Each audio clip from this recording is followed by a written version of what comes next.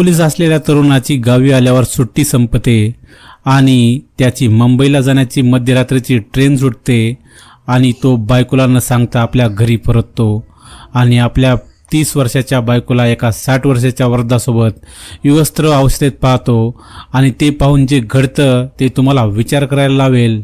नमस्कार मित्रांनो, मराठी क्राईम जगत या यूट्यूब चॅनलवर आपलं स्वागत आहे।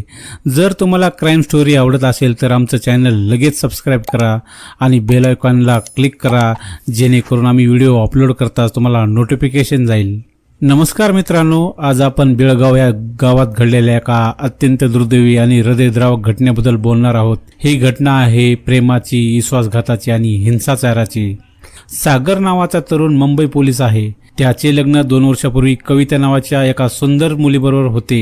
त्याचा संसार गुण्यागोविंदाने चालत होता आणि काही काळाने त्यांना एक गोंडस मुलगी होते आणि सागरच्या घरी त्याचे वयोवृद्ध आई वडील असल्यामुळे तो आपल्या पत्नीला गावी सोडून एकटा मुंबईला राहत होता आणि सुट्टीच्या दिवशी आपल्या गावी राहायला यायचा। आपल्या बायकोवर विश्वास असल्यामुळे तो तिला घरी एकटी सोडून जात होता। एके दिवशी तो सुट्टीसाठी सागर गावी आला होता आणि गावी आल्यानंतर 2-3 दिवस गावी राहिला आणि आता त्याची सुट्टी संपली होती आणि तो सकाळच्या 3:30च्या ट्रेनने मुंबईला जाणार होता आणि तो आपल्या आईबाबाला आणि पत्नीला भेटतो आणि रात्री 12 वाजता रेल्वे स्टेशनवर ट्रेनने जाण्यासाठी निघतो। रेल्वे स्टेशनवर गेल्यावर त्याला कळले की आज त्याची ट्रेन रद्द झाली आहे।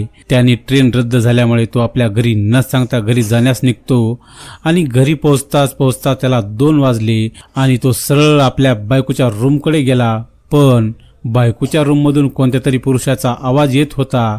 त्याने दरवाजा न वाजवता खिडकीमधून दिसायला थोडी जागा होती, त्यातून त्याने डोकावून पाहिले आणि तो बायकोचे दृश्य पाहून त्याच्या पायाखालची जमीन सरकली। आपली पत्नी शेजारच्या 60 वर्षीय काकाबरोबर नग्न अवस्थेत शारीरिक संबंध बनवत होती।